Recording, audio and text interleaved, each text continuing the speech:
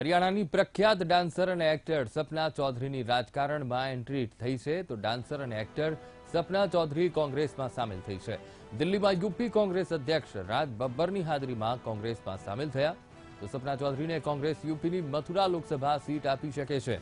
કોંગ્રેસે જાહેર કરેલી યાદીમાં મથુરા સીટ પરથી મહેશ પાઠકનું નામ બોલાઈ રહ્યું છે તો સપના ચૌધરી ચૂંટણી લડશે એવી અનેક અટકળો અત્યારે તેજ બની છે। સપના ચૌધરી કોંગ્રેસમાં તેની એન્ટ્રી થઈ છે। હરિયાણાની ડાન્સર રાજ બબ્બરના ઘરે કોંગ્રેસનો ખેસ ધારણ કર્યો છે। યુપીની મથુરા સીટ પરથી ચૂંટણી લડી શકે છે। અટકળો તેજ બની છે તો કોંગ્રેસની યાદીમાં મથુરા સીટ પર મહેશ પાઠકનું નામ બોલાઈ રહ્યું છે પરંતુ સપના ચૌધરી કોંગ્રેસમાં સામેલ થતા અત્યારે અટકળો તેજ બની છે।